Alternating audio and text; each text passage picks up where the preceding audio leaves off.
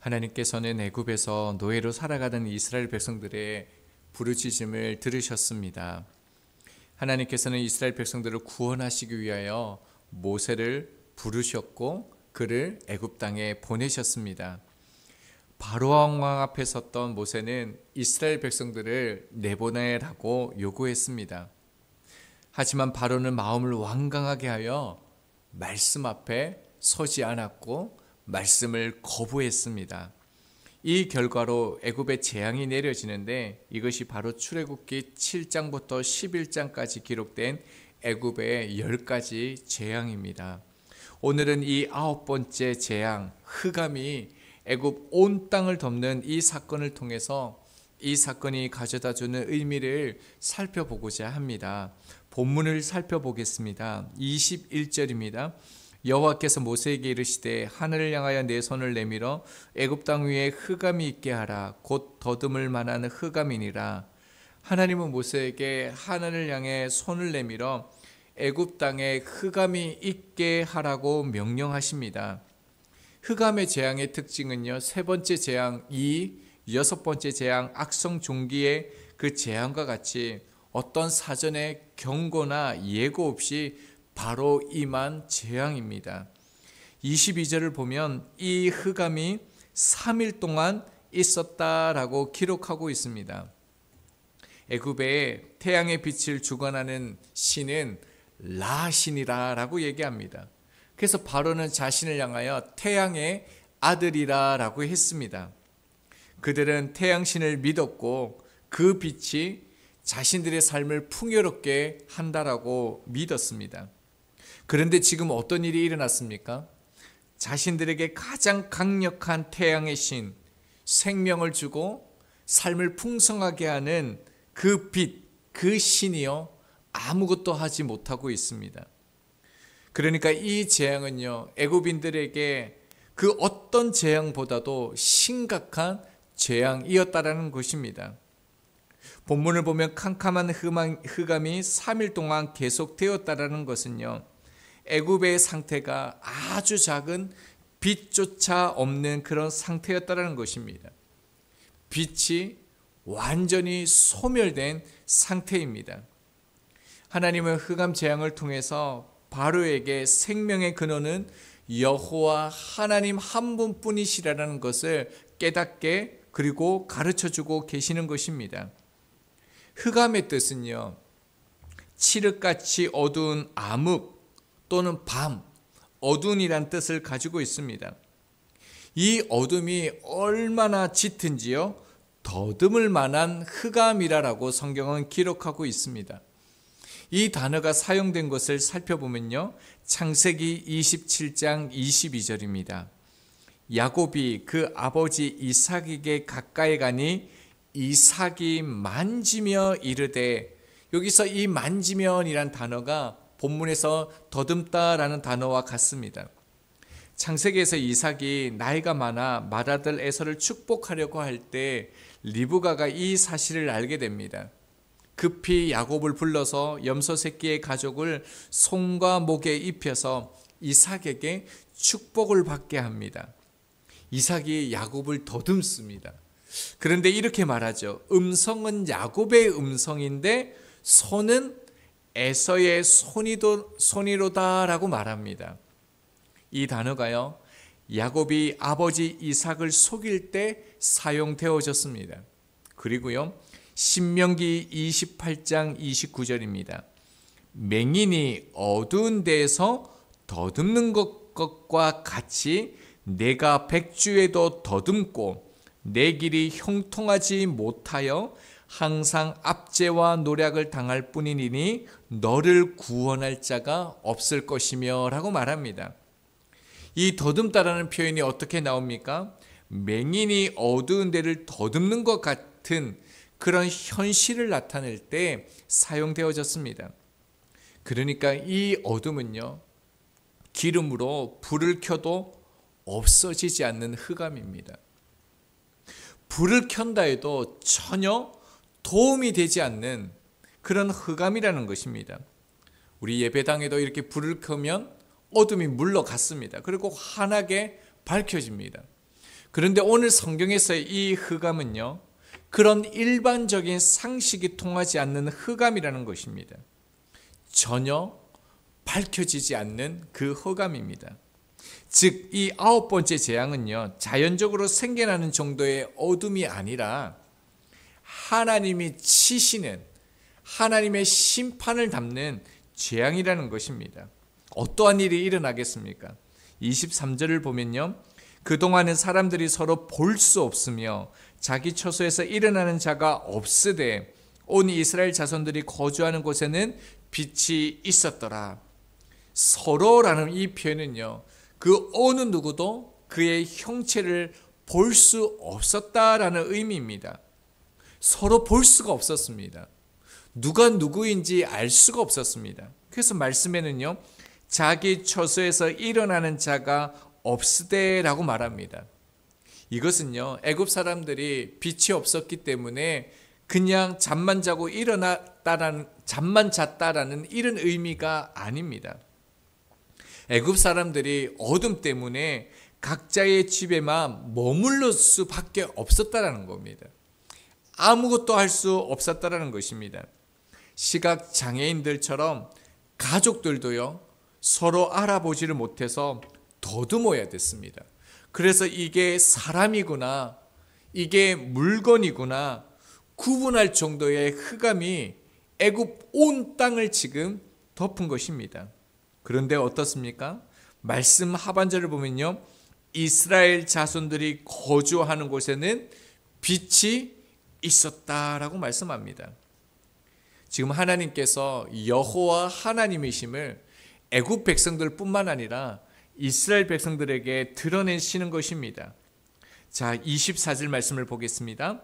바로가 모세를 불러서 이르되 너희는 가서 여호와를 섬기되 너희의 양과 소는 머물러 두고 너희 어린 것들은 너희와 함께 갈지니라. 극심한 두려움이 찾아왔죠. 그 고통으로 인해서 다시 바로는 모세를 부르게 되어집니다. 그리고 타협안을 제시하는데 이 바로의 타협안이 무려 4번째 타협안이었다라는 것입니다. 첫 번째 바로는요, 너희가 이 땅에서 하나님께 제사를 드리라 라고 타협을 했습니다.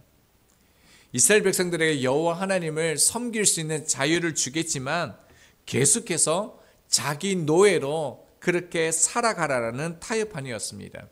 두 번째는요, 내가 너희를 보내리니 너희가 너희의 하나님 여호와께 광야에서 제사를 드릴 것이나 너무 멀리 가지 말라라는 타협안이었습니다. 오늘 말로 바꾸면 무엇이 되겠습니까? 예수님을 믿기는 하지만 적당히 믿으라는 겁니다. 네가 두 주인을 섬겨라 라는 그 타협안을 제시하는 것입니다. 세 번째는 무엇입니까? 너희 장정만 가서 여호와를 섬기라 라는 것입니다. 여자와 아이 가축은 다 애굽에 두고 성인들만 가서 예배하라는 것입니다. 이것도 결국 돌아올 수밖에 없는 타협안이죠. 자, 오늘 4번째 타협안이 나오는데 뭐라고 얘기합니까? 양과 소는 두고 가라는 것입니다. 이 부분이 참 중요합니다. 오늘 이 4번째 타협안을 보면 왜 이제껏까지 바로가 마음을 완강하게 하여서 하나님의 말씀을 거부했는지가 잘 드러납니다.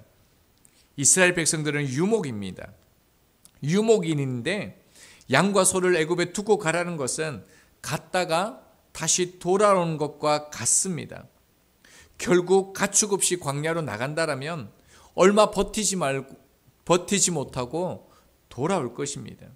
그뿐만 아니라 이스라엘 백성들은 희생 제사를 드려야 되는데 가축을 보낼 수 없다고 하는 것은 하나님께 예배를 드리지 못하게 막겠다라는 의미도 있습니다.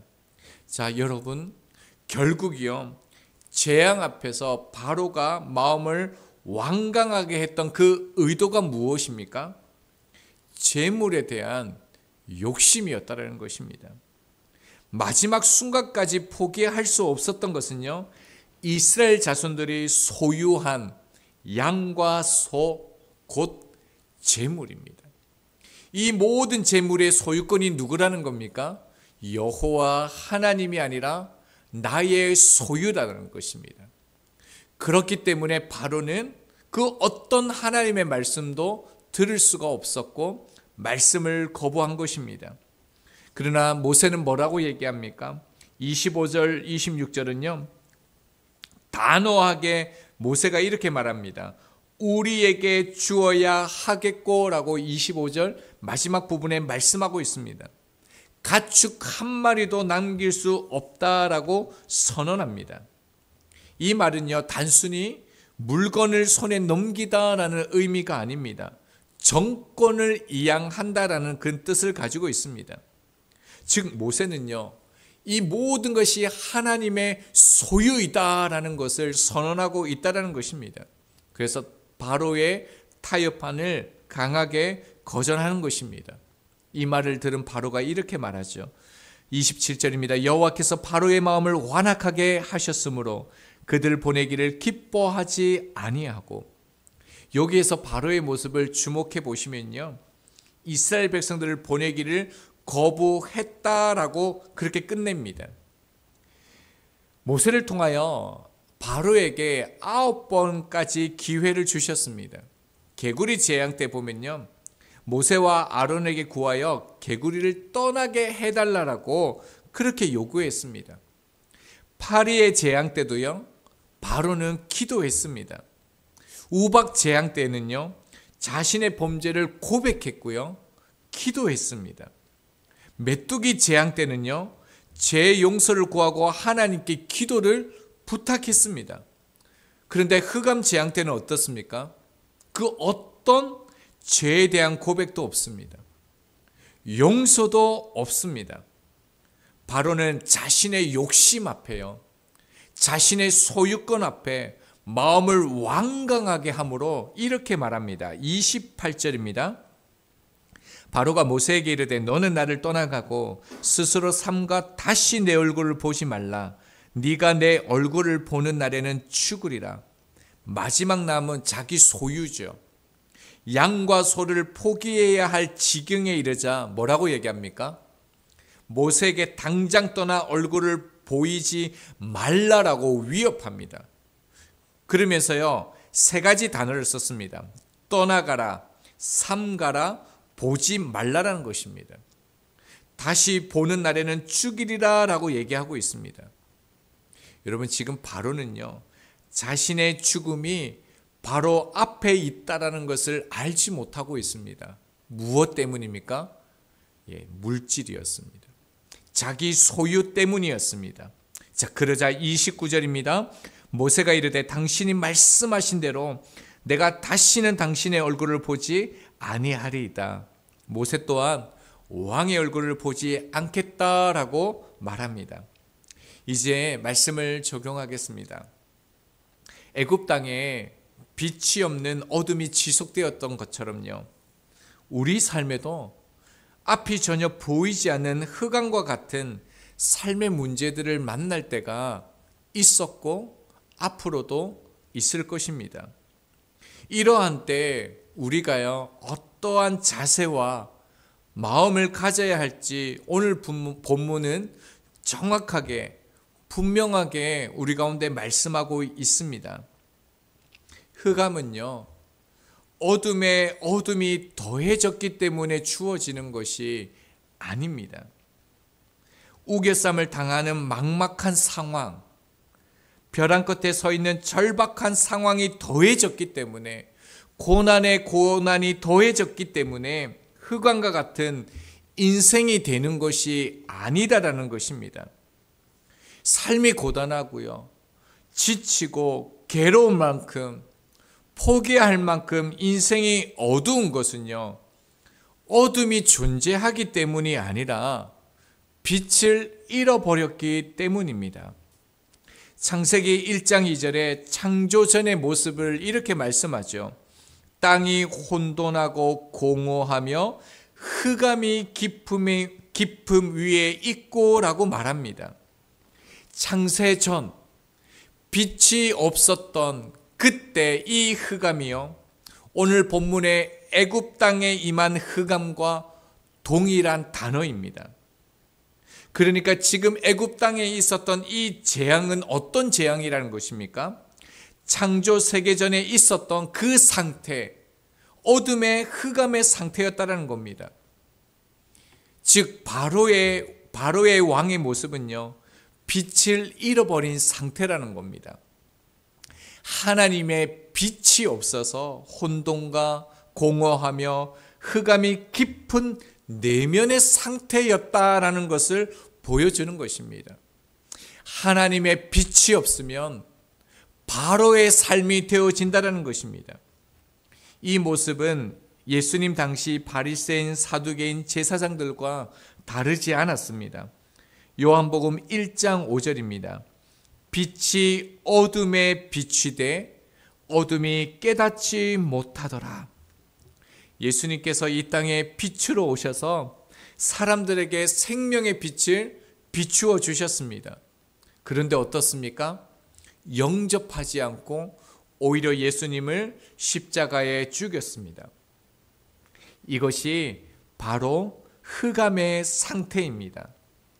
흑암이라는 것은요, 생명의 빛인 말씀을 들어도 깨닫지 못하는 상태, 참 빛이신 예수님을 알아보지 못하는 상태, 영접하지 않는 그 영적 상태를 흑암이라고 성경은 말하고 있는 것입니다. 흑암의 문제가, 고난이 우리의 인생을 뒤덮는 것이 아니다라는 것입니다. 즉 나의 삶이요, 나의 가정이, 때로는 교회가 어두운 이유, 흑암에 있는 이유가 무엇이겠습니까? 빛 대신 예수 그리스도를 잃어버렸기 때문이라는 것입니다. 빛의 삶은 인생의 주인이 나에게서 예수님에게로 바뀌는 실제적인 현실입니다. 나의 모든 소유권이 하나님 것입니다 라고 바뀌어지는 것이 빛의 삶입니다. 그러므로 이 말씀을 믿고 묵상하고 순종함으로 오늘 하루 세상의 빛과 소금된 존재로 하나님의 빛을 드러내는 삶을 살아야 합니다. 말씀 안에 우리가 있고 이 말씀 안에 우리가 거할 때요, 흑암이 빛으로 바뀔 것입니다. 제가 먼저 그렇게 하겠습니다. 우리가 세상의 빛으로 오늘 이날도 세워질 수 있기를 바랍니다.